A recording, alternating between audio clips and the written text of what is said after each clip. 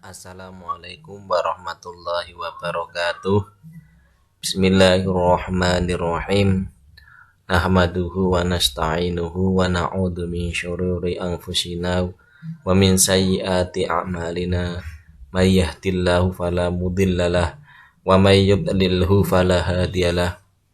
Allahumma shalli wa sallim ala sayyidina Muhammad wa ala ali sayyidina Muhammad.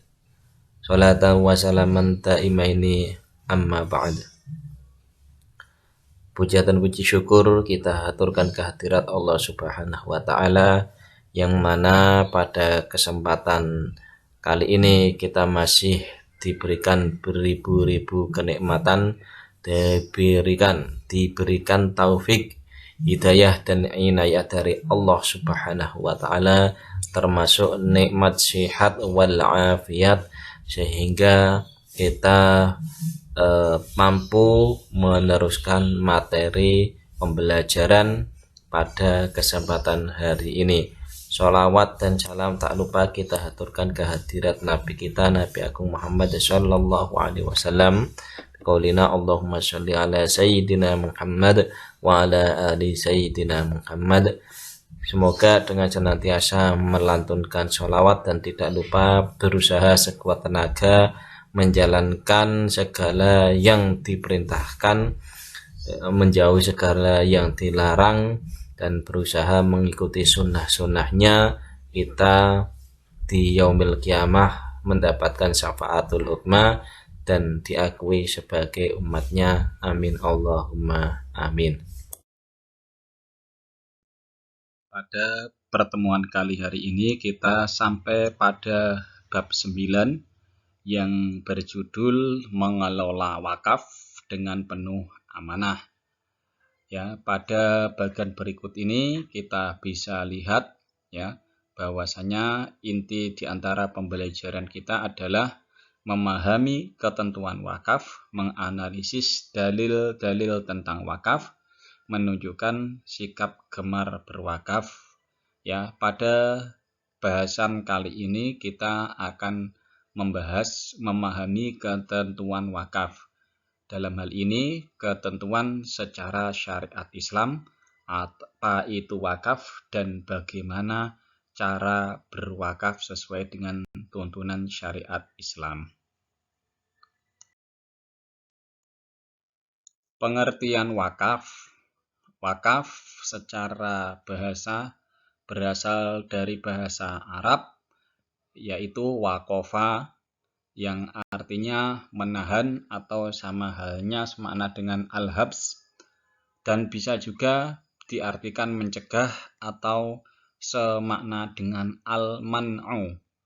Maksudnya adalah menahan untuk tidak dijual, tidak dihadiahkan atau diwariskan. Sedangkan wakaf menurut istilah syar'i adalah suatu ungkapan yang mengandung penahanan harta miliknya kepada orang lain atau lembaga dengan cara menyerahkan suatu benda yang kekal zatnya untuk diambil manfaatnya oleh masyarakat. Contoh adalah seorang yang mewakafkan tanahnya untuk lahan pemakaman umum. Maka tanah yang sudah diwakafkan tersebut tidak boleh ditarik kembali, dijual, diwariskan, atau dihadiahkan kepada orang lain. Rukun wakaf. Rukun wakaf ada 4, yaitu adalah al-wakif atau orang yang berwakaf. Kemudian al-mauquf, benda yang diwakafkan. Kemudian orang yang menerima manfaat wakaf disebut al-mauquf alaih. Dan keempat adalah sigot atau dikenal dengan ikrar wakaf.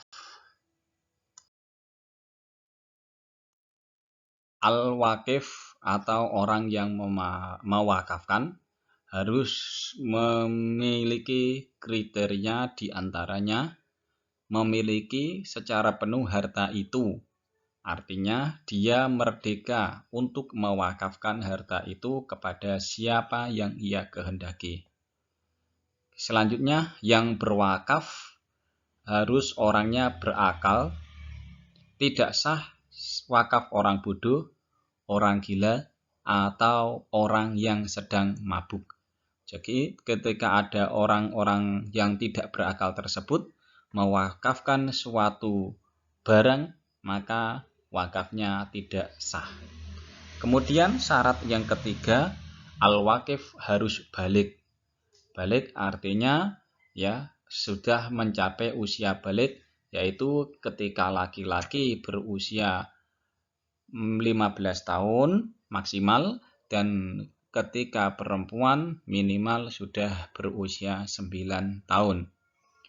Yang selanjutnya, mampu bertindak secara hukum atau rasyid, cerdas, atau mampu bertindak secara hukum. Implikasinya orang bodoh, orang yang sedang bangkrut atau muflis, dan orang lemah ingatan tidak sah mewakafkan hartanya. Selanjutnya al-mauquf atau benda yang diwakafkan. Syaratnya adalah barang yang diwakafkan itu harus barang yang berharga. Kemudian harta yang diwakafkan itu harus diketahui kadarnya. Jadi apabila harta itu tidak diketahui jumlahnya, pengalihan milik pada ketika itu tidak sah. Kemudian yang selanjutnya syarat al-mauquf adalah harta yang diwakafkan itu pasti dimiliki oleh orang yang berwakaf atau wakif. Yang keempat, harta itu harus berdiri sendiri, tidak melekat kepada harta lain atau disebut juga dengan istilah ghairu sa'i.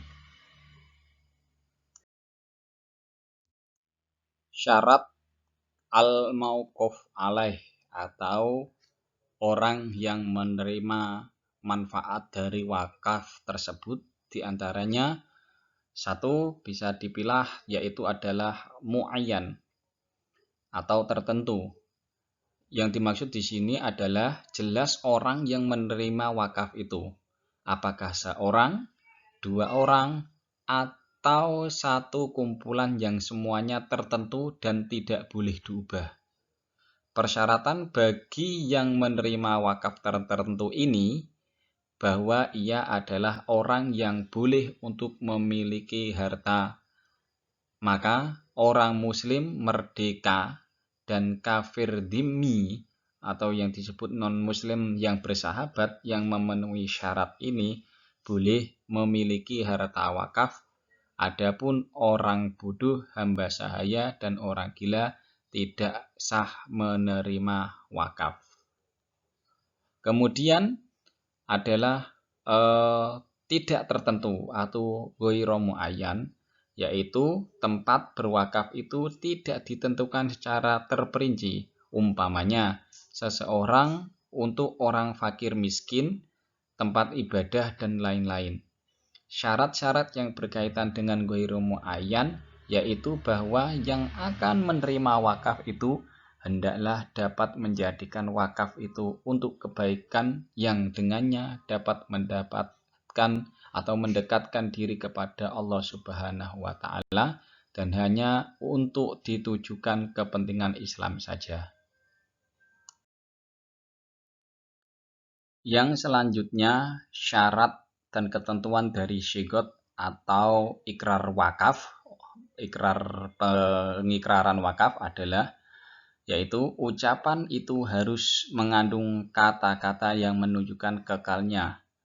Ta'bid, tidak sah wakaf kalau ucapan dengan batas waktu tertentu. Selanjutnya, ucapan itu dapat direalisasikan segera tanpa disangkutkan atau digantungkan kepada syarat tertentu. Selanjutnya, ucapan itu bersifat pasti dan ucapan itu tidak diikuti oleh syarat yang membatalkan. Demikian pembahasan materi pada pertemuan kali ini. Sekiranya kurang lebihnya, kalaupun ada khilaf dari saya pribadi, mohon maaf sebesar-besarnya. Wal afu minkum wallahu a'lam bishawab. Walhamdulillahi rabbil alamin. Wassalamualaikum warahmatullahi wabarakatuh.